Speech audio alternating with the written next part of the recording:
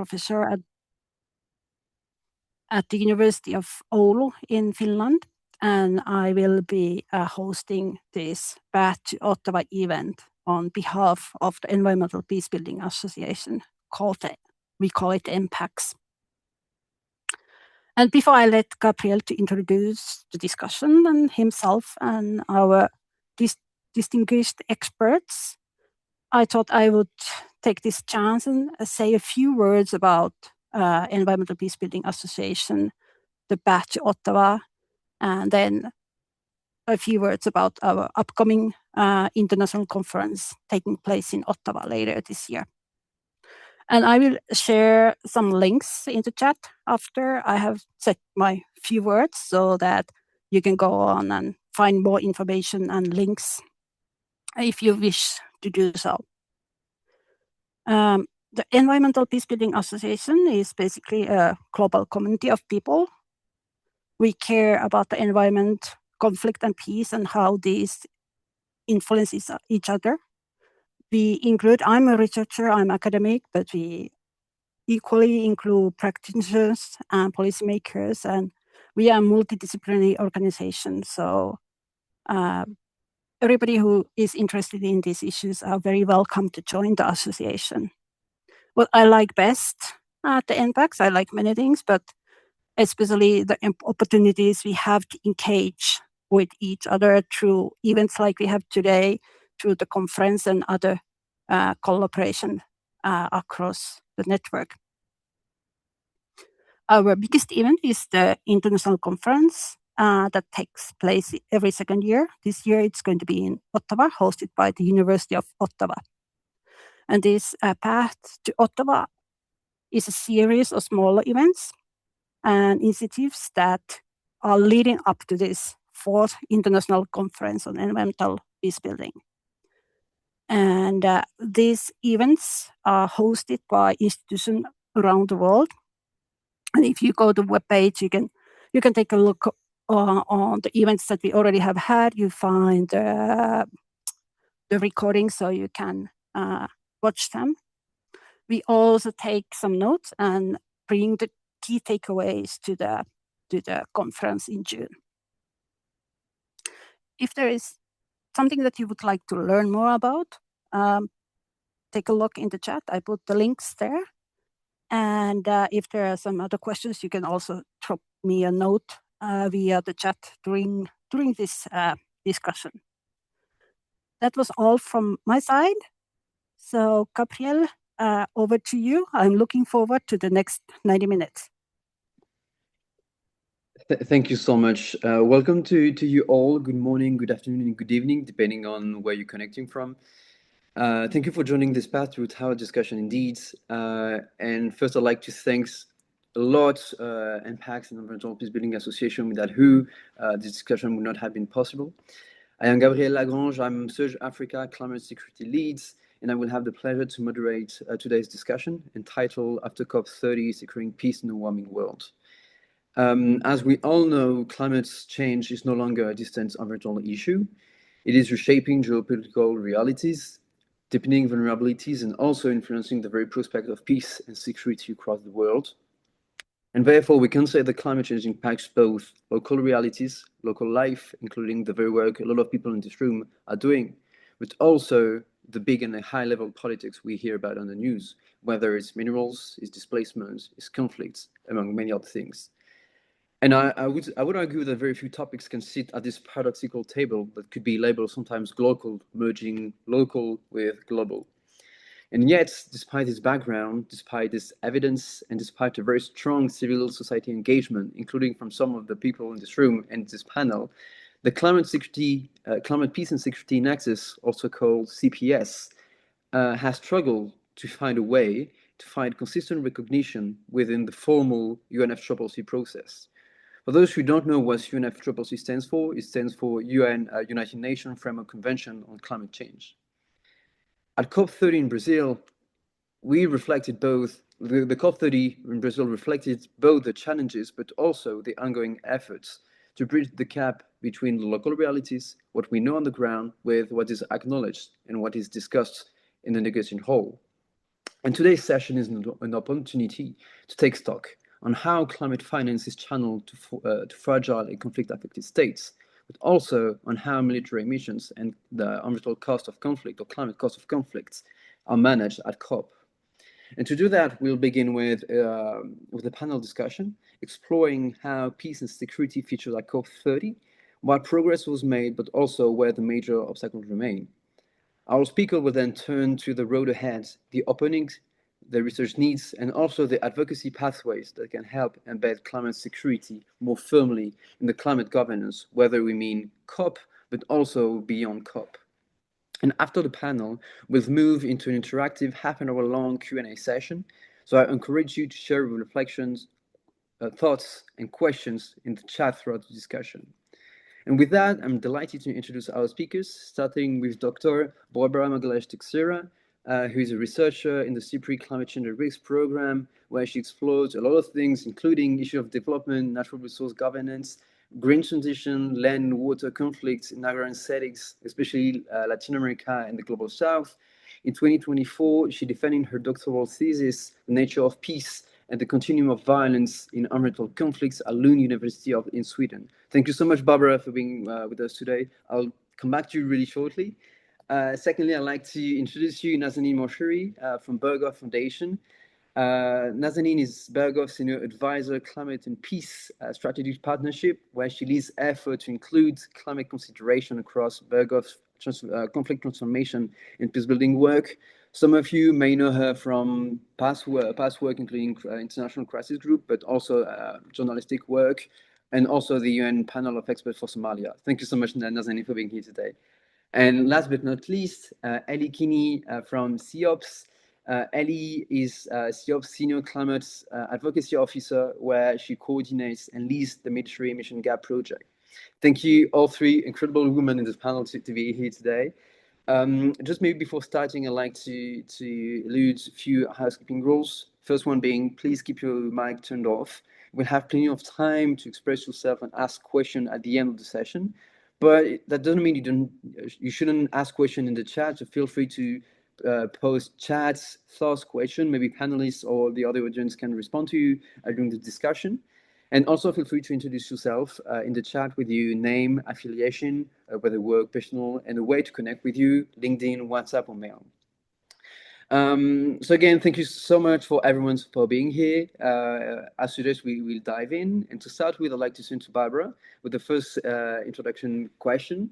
Could you maybe give us some clarity on what do we mean by climate peace and security at COP? What are we talking about with topics? And also, how have past COPs addressed peace and security issues? Other two, Barbara. Perfect. Thank you so much, Gabrielle. Thank you for having me here, an opportunity to talk about this in a great panel with people that I really admire. So how we understand climate-based security at COP, I think it's very important that we understand the limits and the possibilities of discussing this topic at COP. And I want to start by recognizing that this is not a topic that is structurally embedded in the UNFCCC. There is no formal negotiation track. There is no standing work program. There's also no permanent institutional home for climate peace and security. And as a result, whether and also how the issue appears at COP depends far more on political will than on the institutional design. And this is why we see that COP presidencies, they matter so much in this regard at putting climate peace security in the agenda. So the presidencies, they have significant discretion in shaping the agendas, in elevating certain narratives, and also creating the political space for specific issues. So over the past COPs, we have seen this very clearly. At COP28, the Dubai Peace Declaration, it brought climate peace and security into the political spotlights. And this was signaling this growing recognition of the links between climate change, conflict, and stability. And then at COP29, the Baku Climate and Peace Hub, this created a dedicated space to advance the dialogue on these issues and specifically focusing on fragile and conflict-affected contexts. But these initiatives, they were important and they should not be underestimated because they helped kind of normalize climate, peace, and security as a legitimate topic of discussion at COP. But at the same time, they were political initiatives rather than structural reforms. So they did not change the architecture of the UNFCCC. Which means that the progress that was made was fragile, and it was also highly dependent on the priorities of the next COP presidency.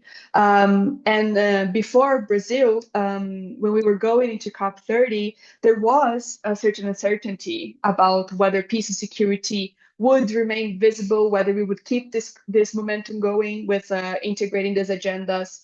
But there was also a realism between everyone working in this field, because we know that Brazil has long been cautious about a narrow climate security framing. And this is not because Brazil specifically rejects peace or cooperation. And this was also made clear from comments both from the COP presidency, but also President Lula, when they would connect the rising militarization and environmental cost of wars to the need to be more ambitious about climate negotiations and action, right? But Brazil and other countries in the BRICS and the Global South, they prefer to frame the climate impacts through inequality, through underdevelopment, historical responsibility, and also climate justice. And this is for various reasons, but we can see that in their perspective, this idea of security can risk being interpreted as militarization or as a framing that depoliticizes deeper structural drivers, right, and focuses only on militarized strategies. This is one of the big reasons that we've heard before.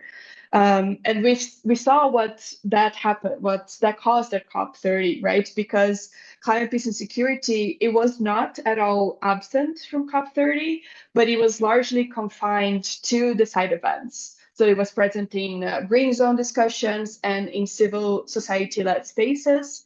And those conversations, they were substantive and they were grounded in evidence, but they struggled to move into the blue zone of formal negotiations, right? So the challenge then, it's not that there was the absence of the debate, but there was limited political space available in order to translate that debate into the formal negotiated outcomes. And one thing that I want to add, another like larger reflection that has stood out to me beyond COP, but also at other events around climate, peace, and security, which is, I've noticed this persistence, or I don't know if persistence is the right word, but maybe the rebirth of the threat multiplier framing.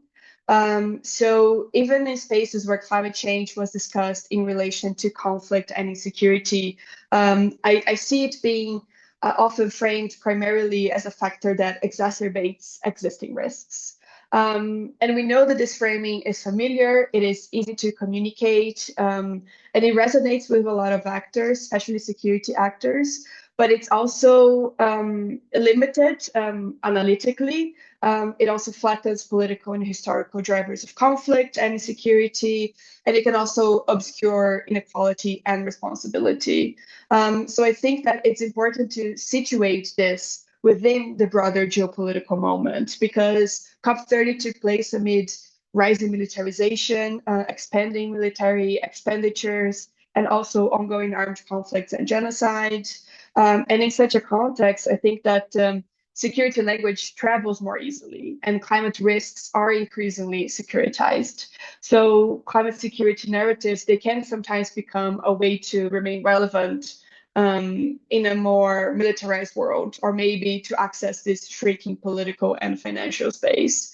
So I think that's why framing matters so much in this context as well, because how we conceptualize climate, peace, and security shapes whose security is prioritized, what kinds of solutions are considered legitimate, and which actors are empowered in climate governance. So if we're not careful, climate security framing can end up reinforcing militarized responses or depoliticizing climate impacts, rather than contributing to sustainable peace. So this is something that I've seen at a couple of the events at COP, but also largely at different climate security events. And I think that this reflects how well this agenda can be integrated and is being integrated at COP. We know that there's a lot of it's uncomfortable for a lot of countries to talk about this. This is not the way that they want to talk about the impacts, the security impacts of climate change.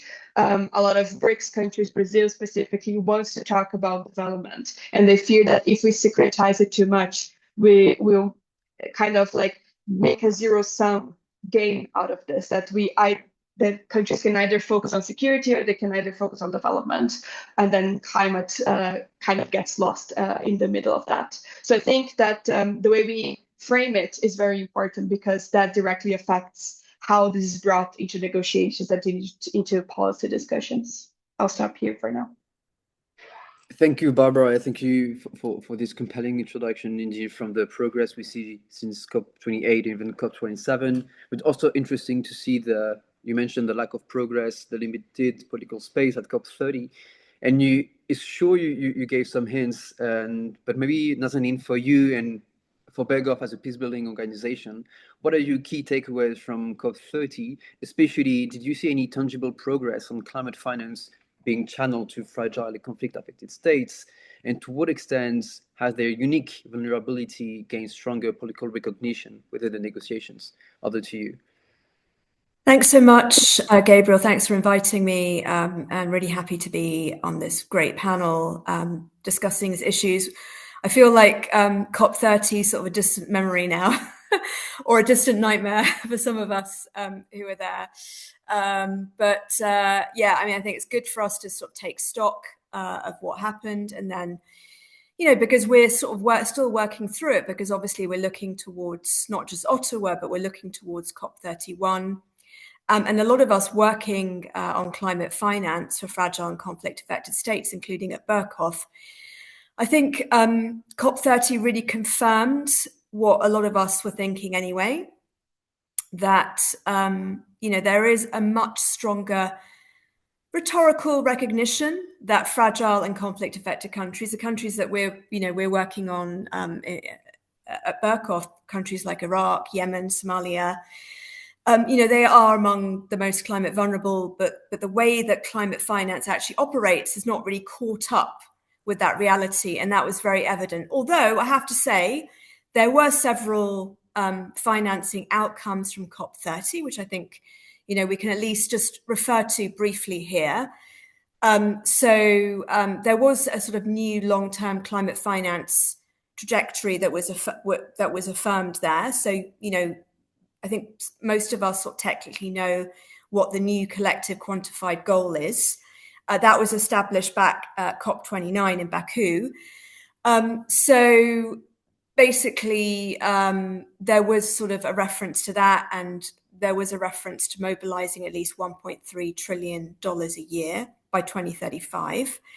And then I guess important for the kind of work that we're doing, adaptation financing was also a key outcome. And at COP, there was a decision made to at least triple adaptation financing by 2035, which I guess is a major step. Then I think Barbara mentioned there the Belém package, sort of a formal Belém package. So 195 countries, I think, adopted a set of decisions known as a Belém package, which includes agreements on adaptation finance.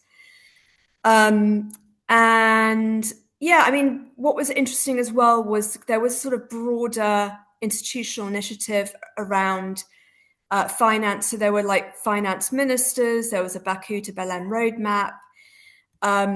And I guess that was quite relevant for countries like Iraq and Somalia, where they were quite heavily involved in that as well. So look, one thing that I'm sort of learning, I guess, through some of the engagement that we're seeing with funds like the Green Climate Fund is that there is a genuine appetite, and I did see that on the ground, to do things differently in fragile and conflict-affected states. But the problem and the main takeaway I have is that it's happening unevenly. And it's happening mostly at an operational level, not at a political one. So yes, there's a growing recognition that traditional models are not working in places where, institutions are fragmented, authorities contested, for example, in Yemen, where you have de facto authorities basically controlling, most of the country, or in contexts where governments are not fully functional. But yes, there's an understanding, but when you look at the outcomes of COP, they're not reflected in the formal outcomes or the mandates yet. So climate finance is still very much structured around sort of assumptions around where there's sort of predictable governance, there's low predictable risk, political risk. And so that leaves many of the countries that we're working on, many of the contexts we're working on, and Afghanistan is just one of them. And we just released a climate finance report on Afghanistan. So, those countries are left very much out of the climate finance. But for us, climate finance is one of the few remaining entry points for constructive engagement. But only when the funds are really willing to work through indirect implementation, regional mechanisms, community-led approaches. So, when finance freezes because of these political conditions, climate risks don't pause.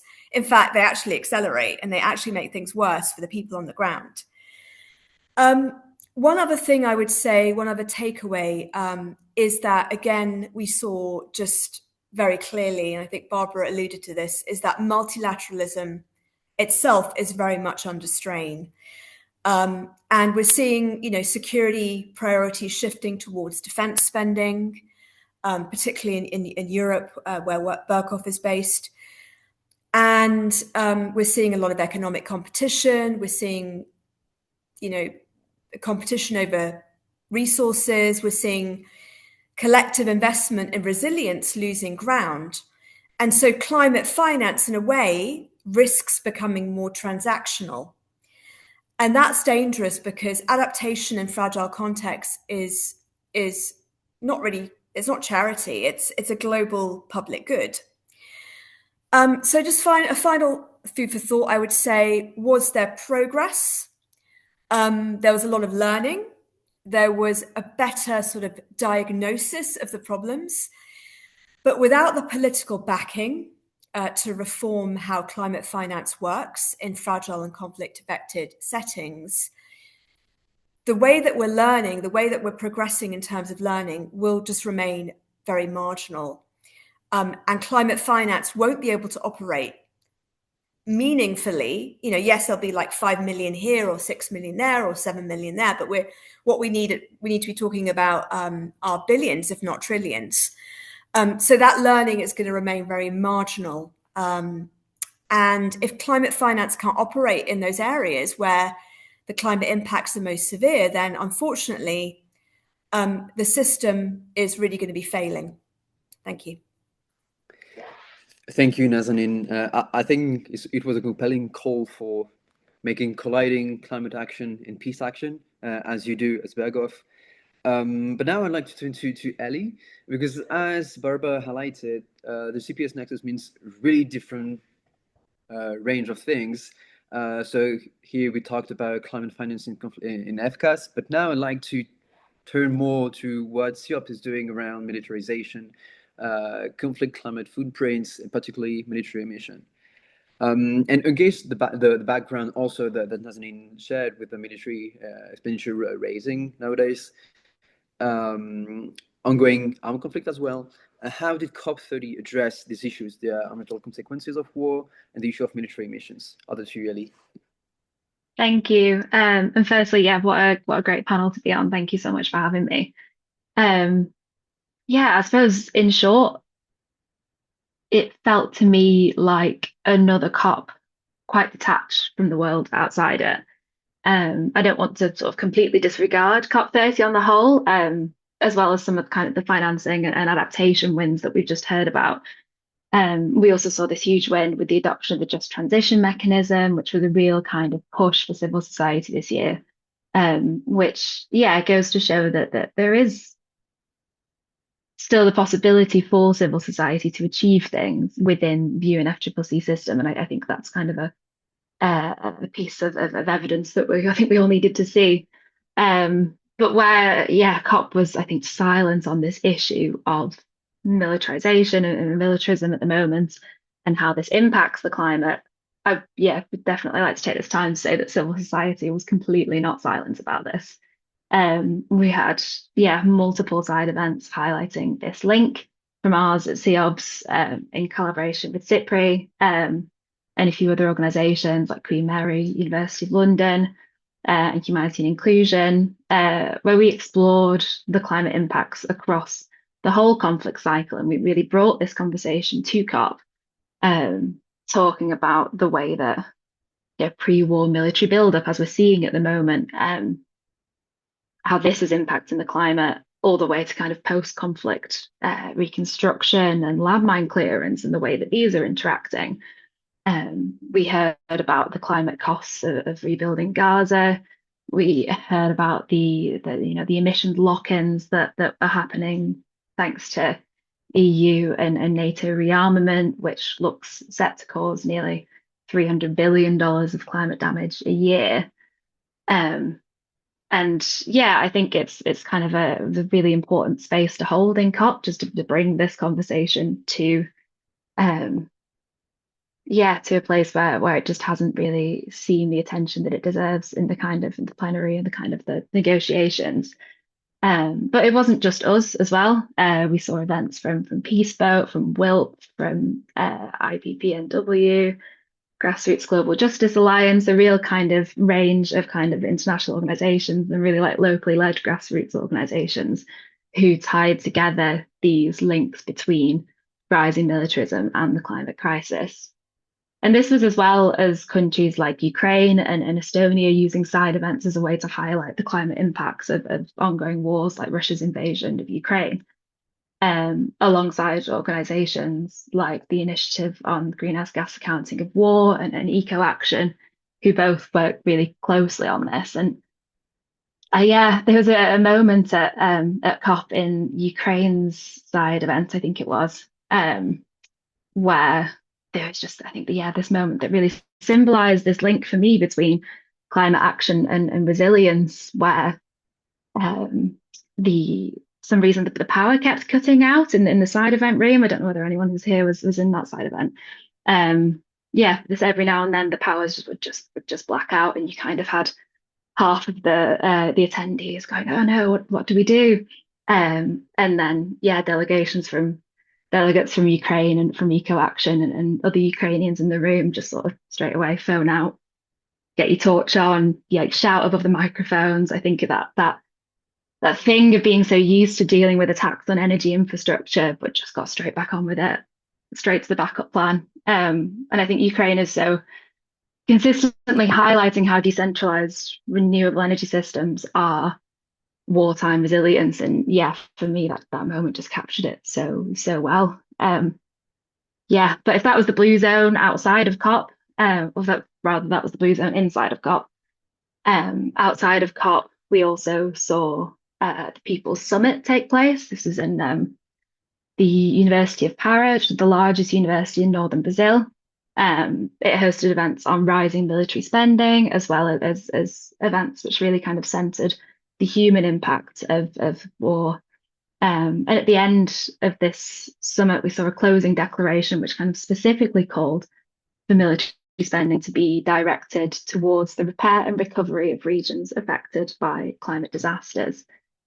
And this kind of activist level, sort of and academic level thinking as well, connected with actions inside the COP, which were calling out genocide, calling out occupation and rising militarism, which were really like led by affected communities. Ahead of COP as well, we had CEOBS joined an initiative called the War on Climate, which called for organisations to join us in calling for mandatory military emissions reporting and reductions in line with the Paris Agreement. And this was supported by over 100 organisations internationally. So I think for me, COP really highlighted this real conflict of this push coming from both inside and outside the blue zone and in the wider movements.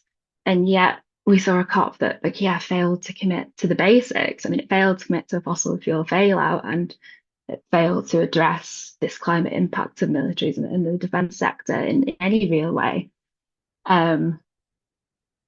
But I did say that I wouldn't completely disregard COP, and I'm not. And I think this kind of just transition win as well, these smaller wins that we have seen, have shown that progress really is still possible in the UNFCCC. And I think that was a really key takeaway for organizations, coming out of COP30. Thank you, Ellie, for that, for also illustrating the dual perception of climate peace and security. That was really interesting. And maybe that closed the first part of the panel, which was more around really COP30, analyzing what happened, both the opportunities, but also the challenges and what didn't happen as well, as you clearly stated. But now I'd like to turn to a more optimistic view, because I guess I'm still young, so I still have an optimistic view in me. And I'd like to turn to Barbara for that, to ask you, mainly as a researcher, as an individual, but also as an institution based on and focusing on research. In your view, how can research institutions and think tanks, for instance, can better translate scientific insights into actionable policy that might be a gap that we see at COP especially? And looking ahead, what emerging research priorities do you see as the most critical for shaping tomorrow's climate security agenda? Yes, thank you for this question. And I think that one key message that I want to spread is that one of the key challenges today for us is not a lack of evidence, but the bigger challenge now lies in how this evidence is both translated into the policy relevant language without oversimplifying or reinforcing problematic framings, but also it's about competition and who is getting the ability to talk about these issues, right? When we talk about COP and who was present at COP, we saw a lot of actors that are kind of diverging from what we want to talk about when we talk about climate peace and security. We saw a lot of lobbying going on from different types of extractive industries, for example, which then takes a lot of space. And that's what we don't have. We don't have space because we have the evidence, we have the research, we have the policy knowledge, but it is about finding the space. And I want to bring back this idea that about how do we, in this such complex and complicated time and geopolitical turbulent time, how do we make sure that the access that we have to a couple of very important actors, that we just don't rush into oversimplifying or reinforcing some of the framings that they might be more used to, for example, the securitized framing, right? Because research has moved well beyond the idea that climate change simply causes conflict. And we now understand that the climate risks, we understand that they are compounding and they are intersecting with inequality, with governance failures, with extractivist development models, and existing forms of political and economic violence. So we know that climate does not multiply threats in a vacuum, right? But we know that it compounds existing vulnerabilities. However, the policy debates, they lag behind this complexity and they fall back on the center narratives, especially in times like this of the geopolitical turbulence, right? So I think that research institutions have a crucial role to play here because the policymakers, they understandably, they're looking for clear entry points into understanding the dynamics and where can we can we act on? How can we act on it? But oversimplification risks pushing us back towards this narrow threat multiplier framing that then legitimizes securitized responses. So our task is to translate complexity in ways that remain politically legible while being analytically and normatively honest as well, is my view.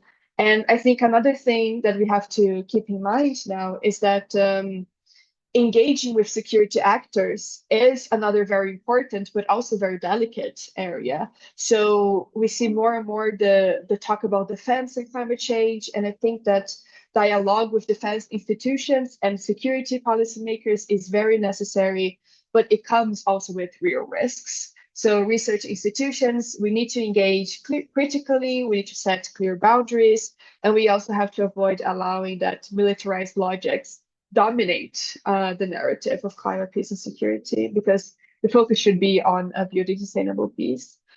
So we should definitely have the engagement with these actors, but this engagement should not mean capture of the narrative or of the framing of climate peace and security. And I also want to mention that there remains a significant gap between local realities and global policy processes, which was mentioned before.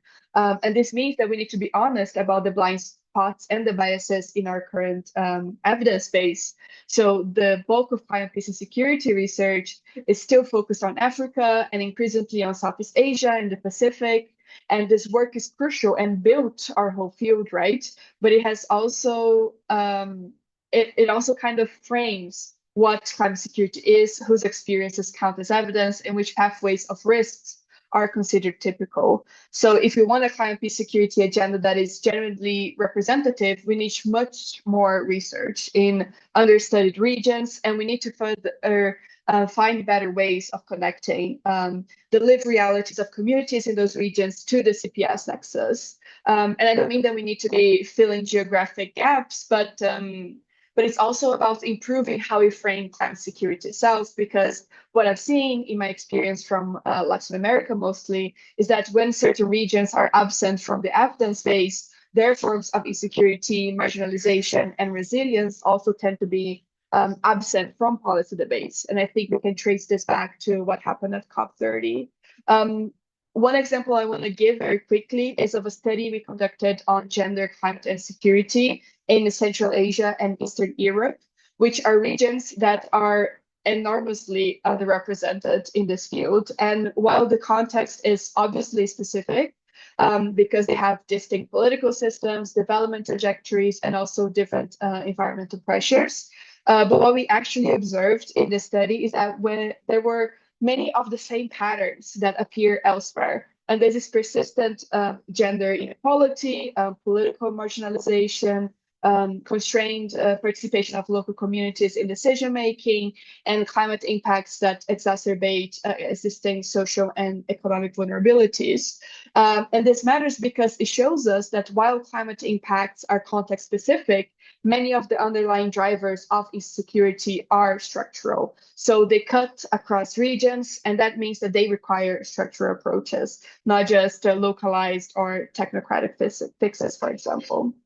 So one thing that I'm looking forward to doing more in my research is to explicitly center inequality and the political economy in climate security research and policy engagement, because I think that framing climate risks through development pathways, resource governance, and structural inequality, it can resonate more strongly with a larger group of global South priorities, and can also open space that a narrow security framing keeps closed. So I think that this is essential if climate action is to contribute to peace rather than simply to stability or control. So looking ahead, just to finish off, several research priorities that I think are particularly critical is, of course, like Ellie mentioned, the climate impacts of militarization and military spending, the environmental consequences of warfare, military missions and accountability. I want to put a lot of focus on gender and intersectional climate security risks, and of course, climate finance for fragile and conflict-affected contexts. These are politically sensitive issues, especially right now, but they are essential if we want a climate security agenda that is both credible, that is inclusive, and is also genuinely oriented toward peace, and not just the security part of climate peace and security. I'll stop here. Thank you. Thank you, Barbara, for these very insightful thoughts for researcher for folks doing research, academic or think tank research. But now I'd like to turn to you again, Nazanin, because COP often appears to be some sort of big circus that no one should miss. And yet, as we saw for each of your interventions, it seems like a flow of disappointment to be shared by everyone. And so I saw a question in the chat would kind of relate to my question is, beyond the UNFCCC COP, or the big COP, the annual COP, where should CSO go and concentrate their efforts for a meaningful advocacy to advance climate peace and security? Which arena, which partnership hold the greatest potential for impact? Over to you. Yeah, I saw a question there on the Africa Climate Summit. And yeah, I mean, look, for the Africa Climate Summit could be one area. I know it happens every 2 years, and the last one was in Ethiopia. And I think, in the African context where climate impacts are already tightly linked to conflict, displacement, all the sort of fragile things that we see, the framing that we've been talking about, the framing that Barbara was talking about and others were talking about, often feels kind of self-evident rather than controversial. So that could maybe help lower the resistance later in the UNFCCC. And, that could be one area. Just generally, I would think, one of the key lessons I would say, just to answer your question, is that, the UNFCCC, the COP process, can't carry this agenda alone. Many of the decisions shaping climate outcomes are happening, in lots of different other forums. They're happening, in development banks, they're happening in trade policy, they're happening in sort of energy strategy, they're happening in security spaces, often with very limited or peace or conflict sensitivity. So the advice I would have, I guess, is that, civil society needs to follow the power. Where is the power? That perhaps means, engaging development finance institutions, climate funds, the places where decisions are being made about energy transitions, critical minerals. And we need to be thinking about embedding the peace and the justice values there,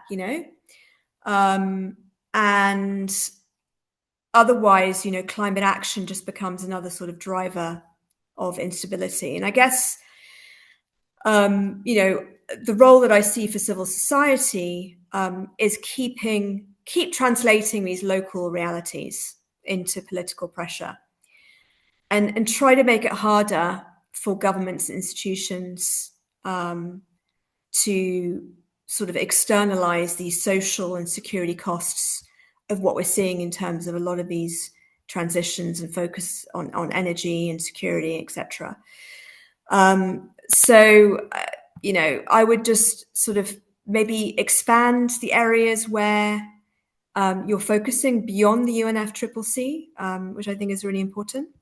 I'll leave it there, and I would like to hear from others as well and what they think about this. Thank you, Nazanin.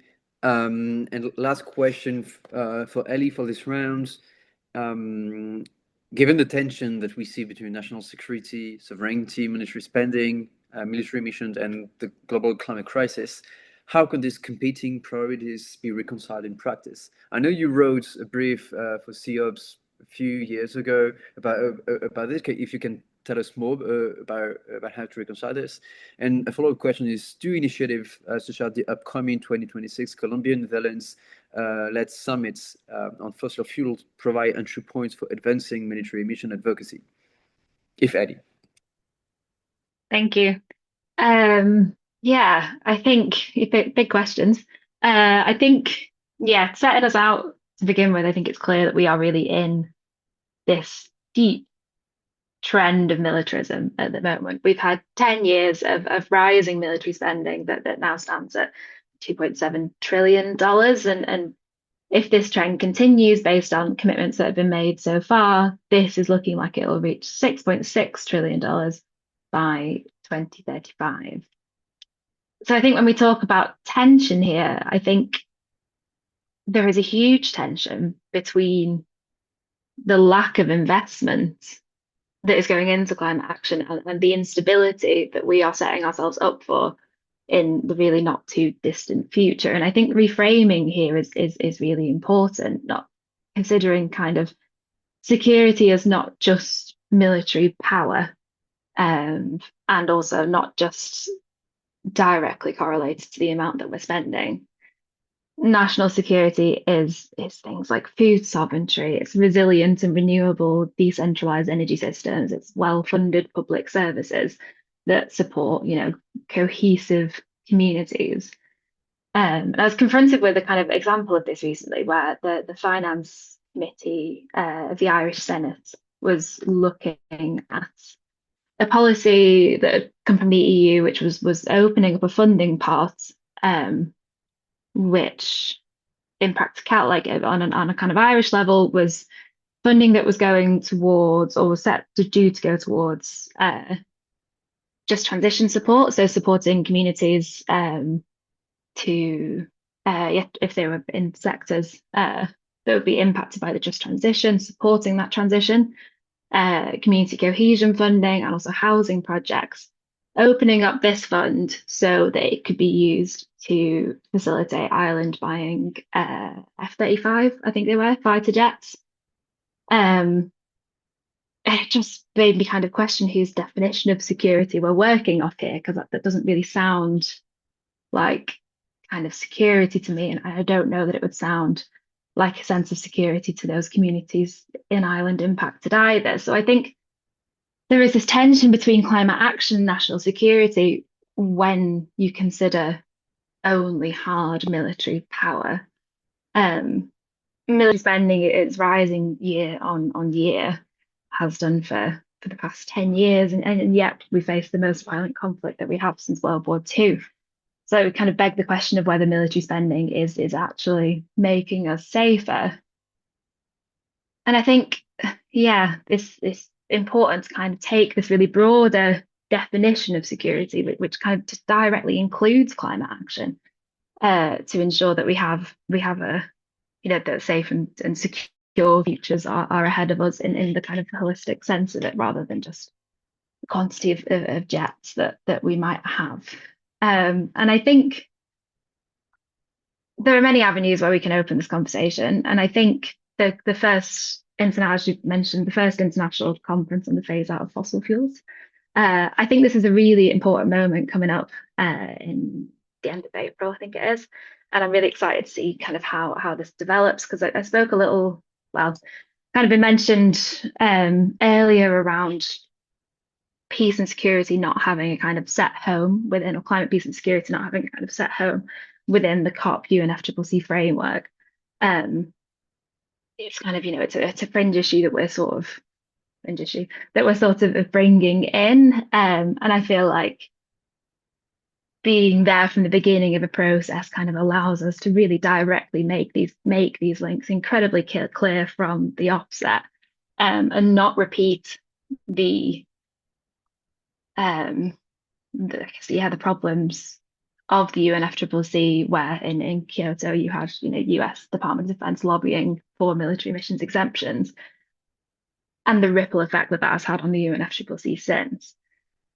The Fossil Fuel Non-Proliferation Treaty, which is, I think, one of the kind of pathways that's being explored through this conference, is already they're already quite sort of competent in talking about this link between conflict and fossil fuels, how fossil fuels have been fueling conflicts, and I'm kind of keen to sort of see this developed more, because I think we really can't have an honest conversation about phasing out fossil fuels without talking about militaries, without talking about military decarbonisation and transition. And I think if any government is looking to skip over this topic, then I'd argue that it's not an honest conversation about fossil fuel phase out in the slightest.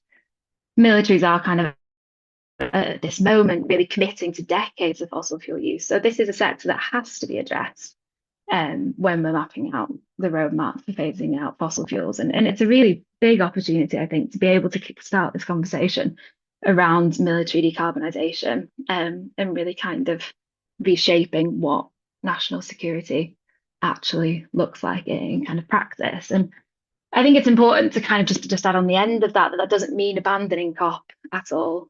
These are different processes.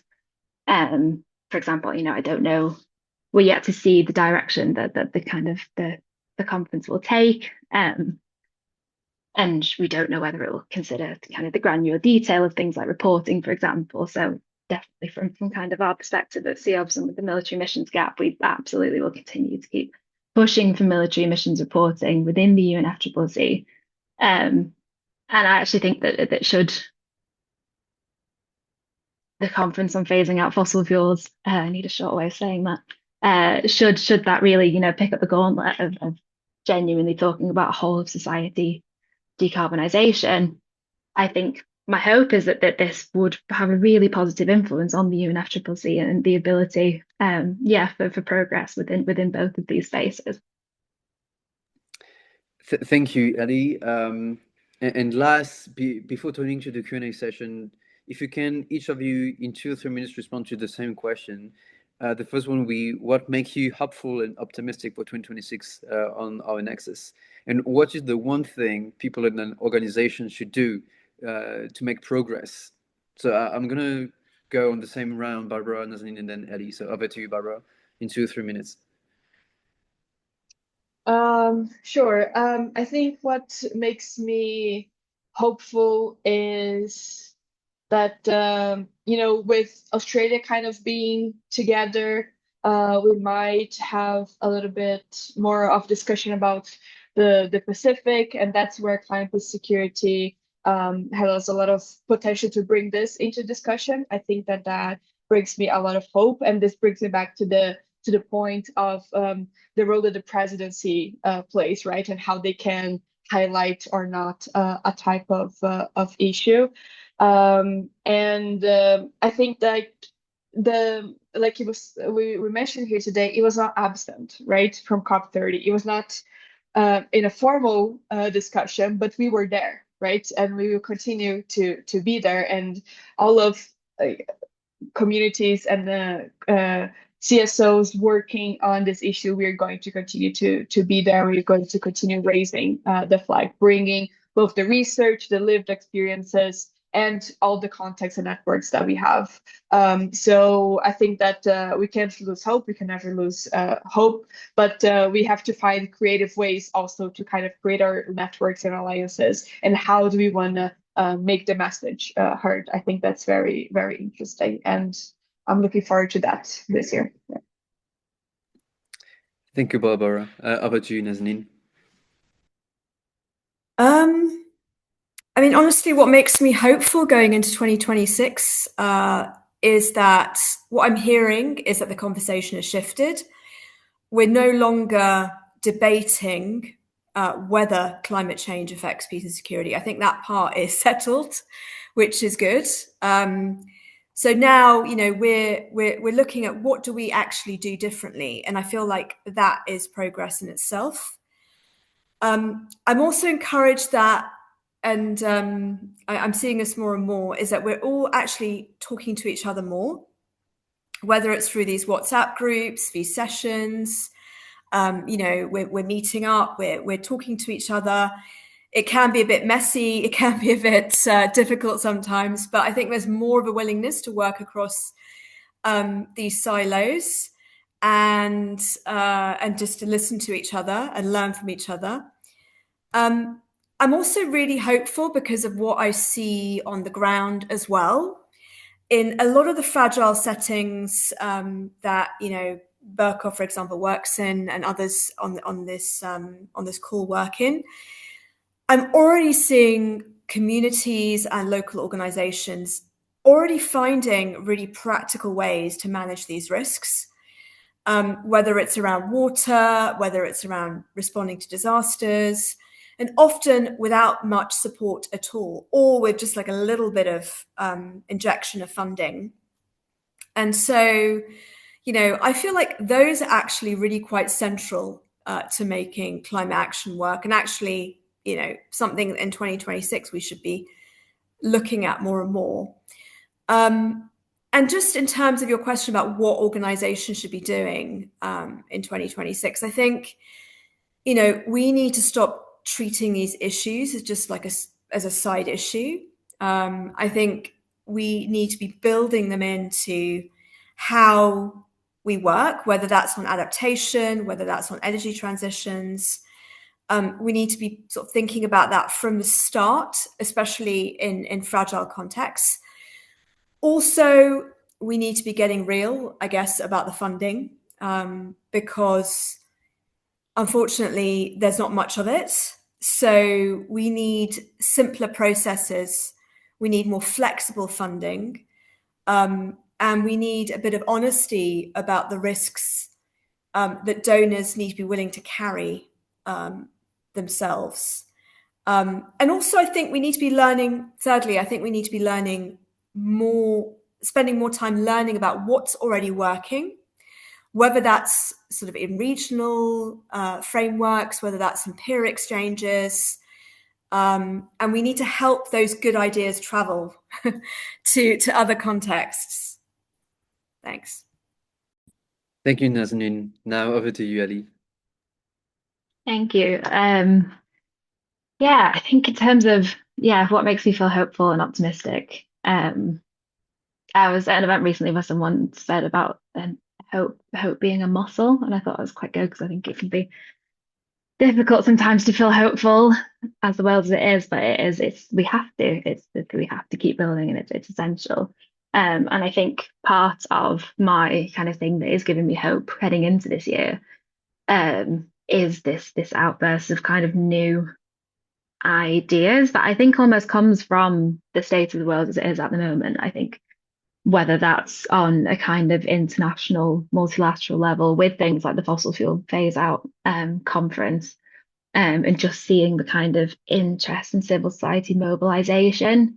I think it definitely has the backing of I think a lot of organizations to push that forward, and I really hope to see it succeed.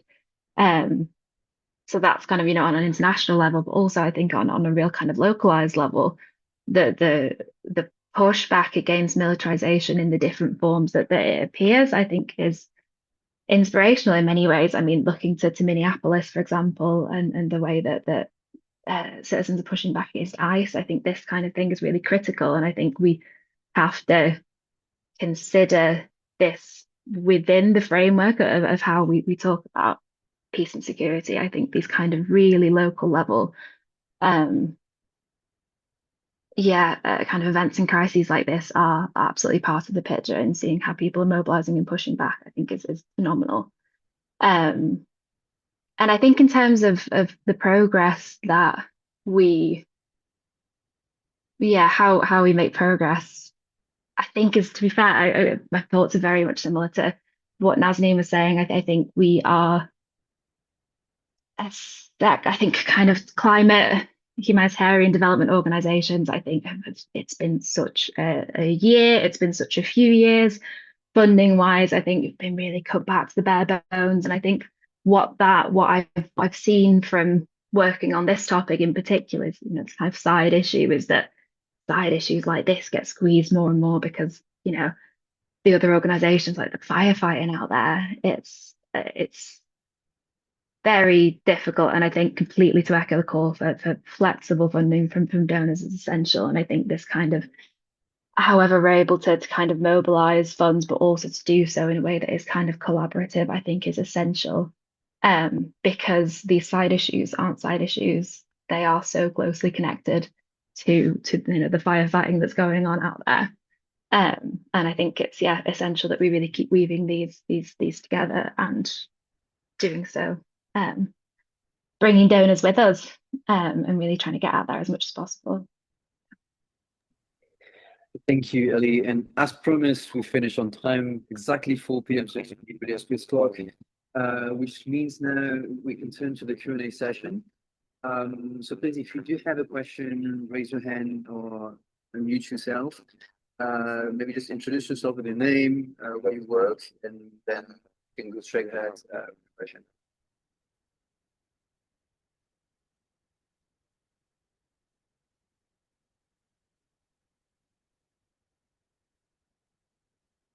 I saw we had one on the chat from Victoria Ball.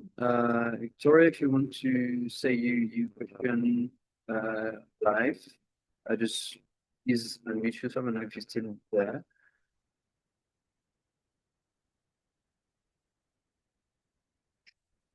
Hello. Yes, we can hear you. Yeah. Yeah.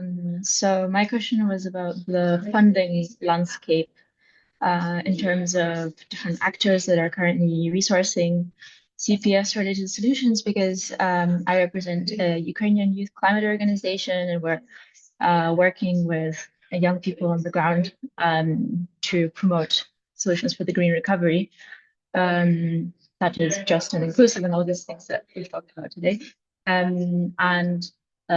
What we're seeing is essentially that there's a lack of resources for fragile contexts like ours, especially for youth initiatives. And I was wondering whether there have been any sort of evolutions that anyone has sort of followed that like you would characterize as any positive sort of entry points for pushing for more funding for civil society in fragile context.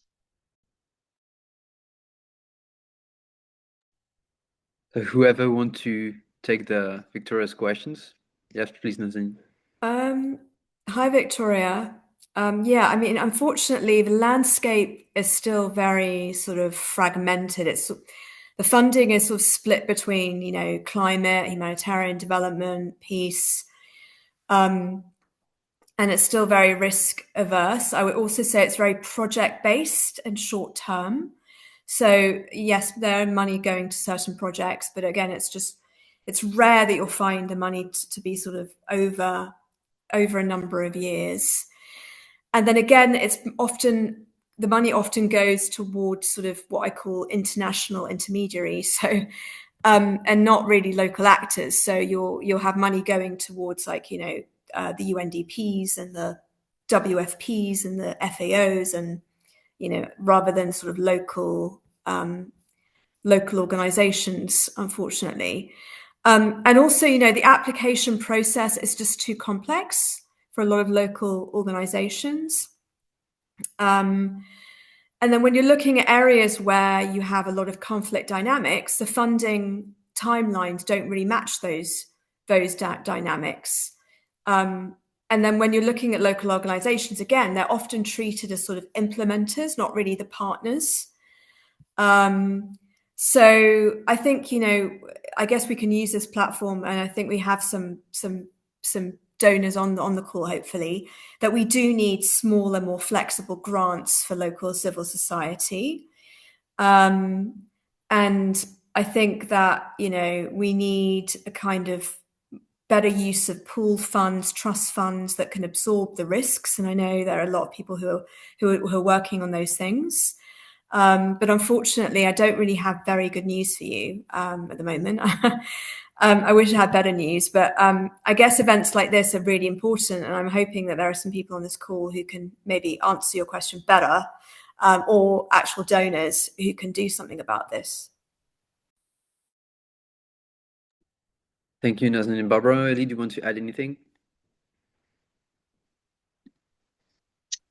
I can just add that this is also something that we've been seeing and we've been hearing from our local partners, that a lot of the times the bureaucracy and the requirements are so big that you know, and local organizations, small organizations, especially women-led organizations and youth-led organizations, in you know, very difficult context, they don't even have access to like a bank account sometimes, because they might be you know, in authoritarian spaces and things like that. So that really already puts them, you know, it's a very big gate for all of them. So I concur with Nazanin when she talks about, you know, flexibilizing a lot of the funding, because structurally people are not even able to reach that because they don't have the conditions to even apply for the type of funding. So I think it's very important that we listen to them. What are their capabilities? What are their resources? And then trying to match the funding to their capabilities of using those fundings and accessing those fundings. So I think that is like a bigger question that we need to talk to donors for sure. Thank you, Barbara. Yes, Ellie? Yeah, not a huge amount to add in terms of, I think the problem's been very clearly laid out, and I think just to echo the call that I think wherever we're sort of able to, I think between us we all seem to have quite a comprehensive understanding of what the problem is and even what the solutions could be, and I think how we open up that conversation and bring donors and funders with us, I think is really, really important, and create those spaces and educate.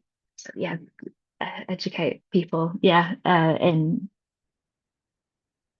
changing and rethinking the current funding landscape, I think would be, really important. Thank you, Ellie. Does anyone else have any question for the panelists?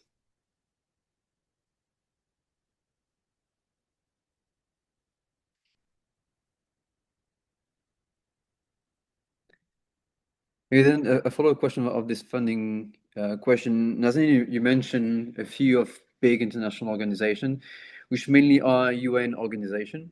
How do you see this and going forward with this destabilization that the UN is knowing right now? Do you see any changes related to that, or do you see some sort of keeping the momentum as it is right now?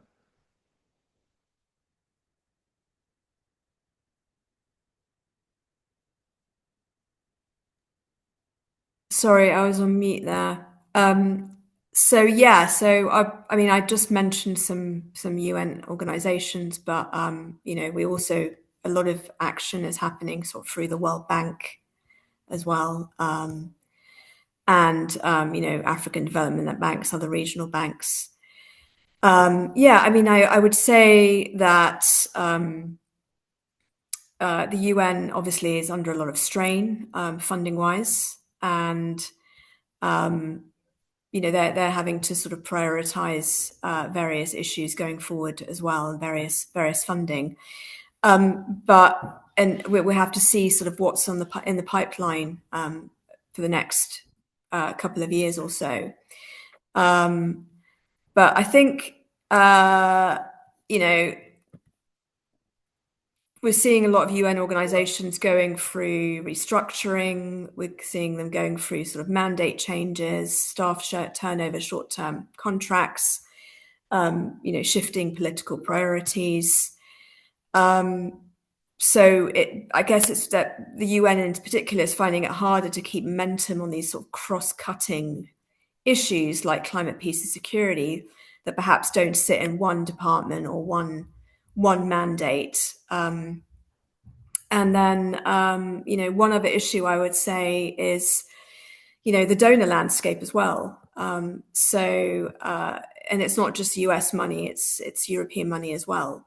So the donor landscape is shifting, priorities are shifting, they're shrinking. So generally there is less money in the pot for even sort of international organizations, let alone small organizations. But that's where I would argue that actually smaller organizations should be more at the forefront, because they're actually on the ground. They're actually, finding workaround solutions. So I think the focus should then shift towards smaller organizations. Thank you, Nazanin. I just saw on the chats, Mini, something around the World Bank from Madeleine McCurry. So I invite you to check the event and the write-up she authored. I saw a message from Marie-Lena Grunwald. I don't know if that's a question. So she's keen to hear about the European Union's role at COP30, given that they're planning on significantly reducing climate targets in the next 7-year budget, which is currently negotiated. And it would be great to hear the panelists' perspective on what the EU could do in this forum. So I would suggest to do the same round, Barbara, Nazanin, and Ellie. Or if you don't want to respond to the question, you don't have any ideas. So feel free to say so. So Barbara, maybe I can give you like 10 seconds to think, but over to you.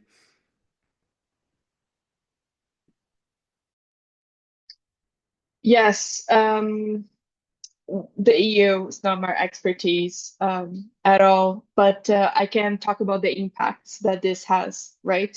Because we're seeing this happening now in the past year, that there has been this backlash, both on climate action, on development aid, and on gender action as well. So I think this comes back to what Ellie mentioned between this competing priorities, right? So we're putting security and we're putting climate action to compete against themselves because the framing of security is kind of not holistic enough and not comprehensive enough to understand that we can't fight climate change with more military spending, right? We can't fight climate change and we cannot adapt to climate change without resilient infrastructure, without well-funded social programs, without development aid to repair a lot of the historical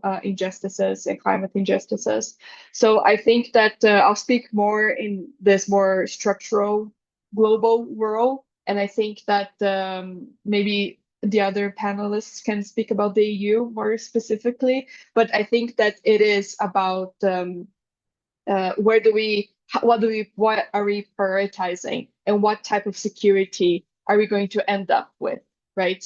And it can be that we're forgetting, right, the risk and the insecurity that climate change is already causing all over the world. And I think that this brings me back to my point about what type of security we're talking about when we're talking about climate peace and security, because sometimes it feels like we have this very narrow view of the pathways to climate insecurity. But if we look more broadly, right, if we talk about different types of violences, different types of conflicts, if we include the violence against land and environmental defenders as a pillar of climate peace and security, maybe this can help us also, open our prioritization and show that it's not just a narrow framing, but we need to have more understanding of how different types of violences and different types of conflicts are connected to the climate destruction, emergency, and the need for action as well. So then we can connect it not only to the climate peace and security, but we can open to discussions about militarization. We can talk about issues of occupation, of environmental destruction. And I think that then it brings us, it kind of grounds us a little bit more in the lived realities of a broader part of the population. So that they don't feel like they're not really represented when it comes to conflict, peace, security framing. Yes, that's all from me. Thank you, Barbara. Nazanin, if you're still here. Yeah. So can you hear me? Can you see me? Yep. Okay, great. So just on the question about the EU, I would say yes. I mean that tension is really real, and it was sort of already visible in the run-up to COP30. I think, even if the overall budget of the EU is sort of tightening, it can still play a leadership role on how it spends, how it channels those resources, how it can prioritize adaptation, loss and damage, fragile and conflict-affected states. And I think that would send quite a strong signal that climate ambition is not only about emissions, but it's also about protecting people and stability, where impacts are already quite severe. And I think EU has a real leverage opportunity. It can shape coalitions, it could build coalitions. I think at COP30 it did use its diplomatic weight. We saw that in the last last minute decisions that were made to try to get the document through. And so it can use a diplomatic weight, it has leverage, but also it can support, joint statements, side defense, cross-regional alliances with vulnerable countries like Somalia, like Yemen, like Iraq, which I think really matters. And also, the EU can also lead by example on how climate finance is delivered as well, even with those tighter budgets, pushing for more sort of accessible, flexible, conflict-sensitive funding mechanisms, including for those civil society and local actors. But look, we have to acknowledge that it has these domestic constraints. It's made up of member states that have to basically account for every penny spent to Parliament and to people on the ground. But it can still show up as a reliable partner, particularly on the issues that really matter for us working on this sort of nexus. And I think it can still provide that sort of continuity, that predictability and solidarity, even during these really difficult political moments. Thank you, Nazanin. Now over to you, Ali. Thanks. It's a good question. I think to kind of come at it from a kind of slightly different angle than what's been said already. And this is admittedly not an example from COP30, the one before. But I think there was a kind of an ongoing theme at COP29 in Baku, where we were negotiating the climate finance commitments, where the EU was frankly quite a disruptive actor, I would say. And I think especially about the kind of conversation at the time around, with the lack of the US in the room, kind of, or the lack of the US kind of getting less involved, who would step into that position. It's unfortunate to see the EU kind of take that role.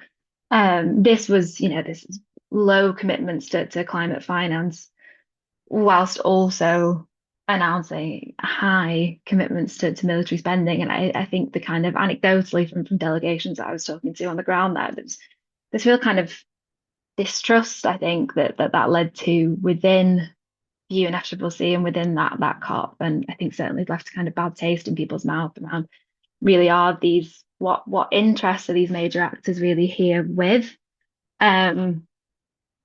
I think possibly that relationship maybe wasn't quite as strained at COP30. To see with that. But then I guess maybe looking at an EU level, I think something that we definitely see. I think it's crucial. There is the Green Deal is kind of under threat at the moment, and I think that is something that absolutely must be protected moving forward. But I think something that's really critical to add to this conversation to point out is the kind of a trend that we see and a norm basically of consistently having military carve-outs within the EU's defence and climate and environmental policies. So this means that when you have these policies which do great work pushing industry and finance in the right direction of funding decarbonised futures, there's always a section that says, this doesn't quite count for militaries and defence. And what that means is it slows the way that the defence industry is responding. And it kind of, there is just not the same sort of imperative for decarbonisation to be prioritised there. So I think a really critical move in the protection of the Green Deal also needs to be bringing in the fact that defence investment isn't this sort of separate and kind of untouchable entity, as I kind of highlighted in my example about Ireland, about kind of taking from just transition pots to fund like fighter jets. And it's like these can't be seen as completely separate issues. Absolutely not, because these carve-outs are exactly what are kind of facilitating just further unsafe futures. And it's small changes like that feel like they could make a really big difference on an EU level. My take on the EU at the moment. Thank you, Ellie. Another question from the chat from Julia Scharinger. I'm sorry if I misspelled your name. A question to the panel. She's curious to hear about your thoughts and experiences around embedding conflict sensitivity within climate finance projects. So maybe, Barbara, if you saw anything on from your research or from your experience, and then we return to Nazin from Burgo's experience. I have to be very honest that climate finance is not my expertise, so I can't really contribute with that in any way. But I just wanted to resonate or to reflect on the other parts that Julia's question touches on when it talks about locally led evidence.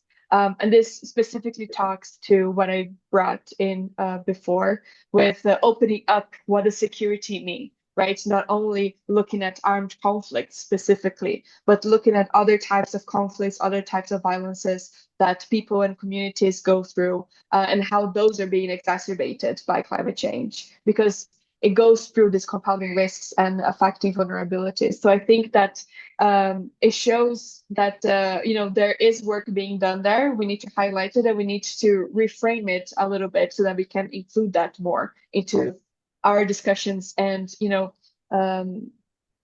make the contribution and the call for climate peace and security nexus to be even more important than it already is at events and contexts like COP, but also more broadly. So that's for me. I'll leave it to people that work with that. Okay, thank you, Barbara. Over to you, Nazin. Also, to remind you of another question that was asked earlier. If you have, see, or know any success stories on climate peace and security, a question I feel like is related to Julia's question. As a reminder, is your thoughts and experiences around embedding conflict sensitivity within climate finance projects. Over to you, Nazin. Yeah, I mean, from our perspective, I think the way that we see climate finance as a powerful entry point for cooperation in fragile settings.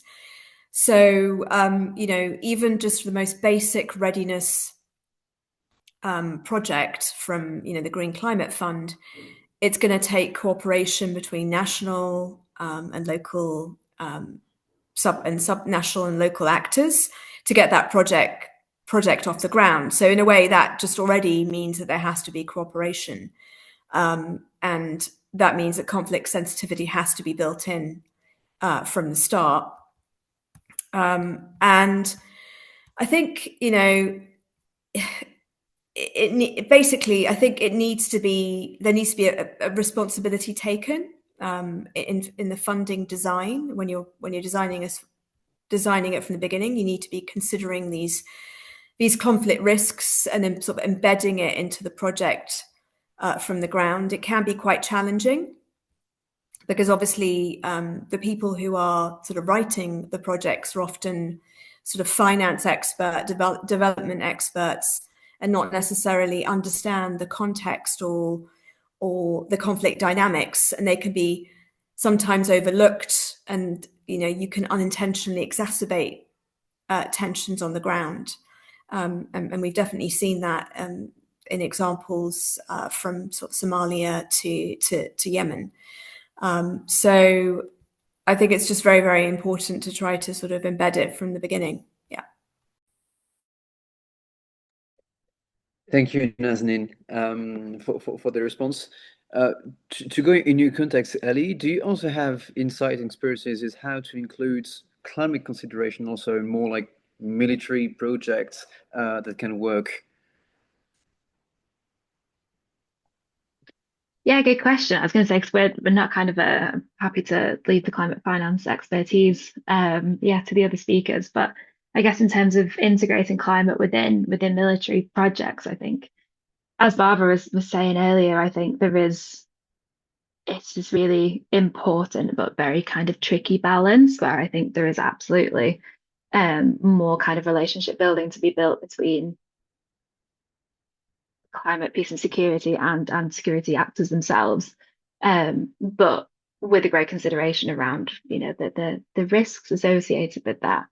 But there is already, I mean, there's good work happening on an EU level, although this is a project from a couple of years ago, so I'm not sure what the current state is with that and funding situations, but there is a kind of consultation forum on sustainable energy in defence. And there are kind of these pockets of progress within EU, and kind of within national governments as well, where people have really kind of made a head start in seeing, as we alluded to before, the way that energy resilience in particular does so closely link into national security and the type of national security that militaries are kind of the framework that they're working on. So yeah, I think when we talk about, again, going back to that expanding view of security, I think all of this kind of encompasses this approach here. Thank you, Ellie. And the last two questions in the chat, I think I'm going to close on this. So I'm going to read them, and if you want to reply to one of the two. The first question is, how can we make sure that post COP30 decisions help communities and not just governments? That's the first question. And the second question is, do you see any interesting climate peace and security developments at all outside of the big global multilateral funding mechanism we mentioned, such as private philanthropy? So same round, Barbara, if you want to address the two questions, just one, feel free. This is over to you.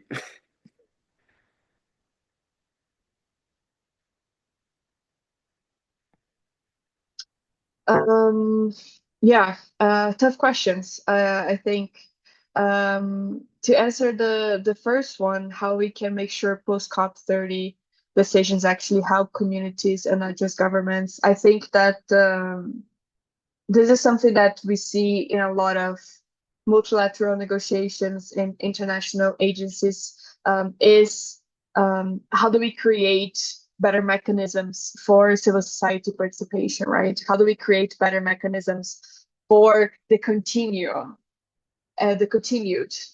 engagement of civil society and local communities? Because what we see, especially when we think about climate policies that I've been studying for a while, is that they can happen maybe one-off, and then you have like a specific event and you have one meeting where local communities show up and can be heard, but maybe not dictate a lot of what's being written, right? So I think that this is something that we also have to acknowledge, and we have to try to shape a lot better, actually, because out of the times when we see participation and we see representation, it doesn't actually lead to a lot of power in shaping what is written at the end. So I think that this is also something that we need to grapple with and keep pushing as civil society to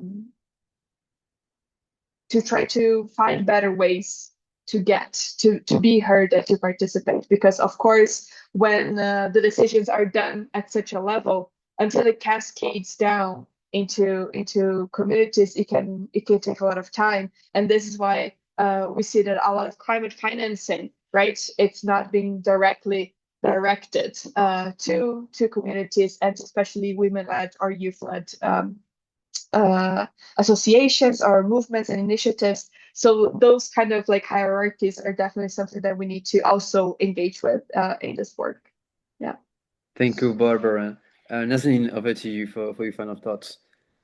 Yeah, I mean, look, the buzzword of COP30 was really implementation, but we need a big reality check, because even if every country delivered on its current targets, unfortunately, the UN admitted for the first time that we're likely still to overshoot the 1.5 degrees. So, if we're looking at it on a big scale, then I would say, we need to hold those fossil fuel emitters accountable.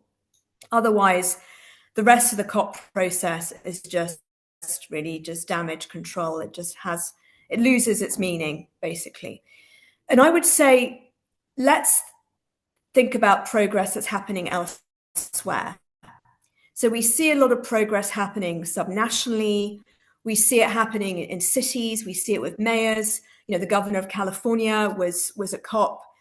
California being among the top 5 economies in the world. And I think that's just a really good example, because a lot of these cities, private sector leaders, they're just getting on with it because it just makes economic sense. It makes scientific sense to move towards low carbon. And then I would say, you know, even if the peace isn't still on the agenda at COP, and even if it is on the agenda at COP31, it's still really important that you have countries like Yemen and Somalia to remind the COP process and to remind all the diplomats about what we all know, that if adaptation doesn't reach the most vulnerable, then the climate goals that you're trying to achieve are going to fail where they're most needed. And I think getting the money to those frontline communities is really, really important and should be the focus for all of us. Thank you, Nazanin. And now turning to Ellie for the final words.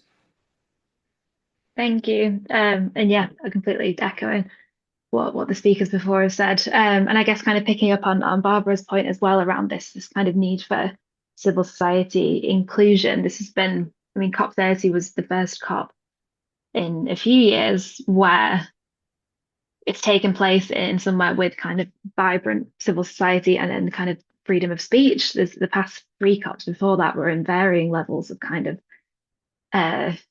states with varying levels of crackdown on freedom of speech. And what was really interesting about that was that when COP was faced with protests from local communities, actually what that got met with, well, from the presidency level, it got met with some dialogue from what I know. But then on the UNFCCC level, they asked for the presidency to call in the riot police.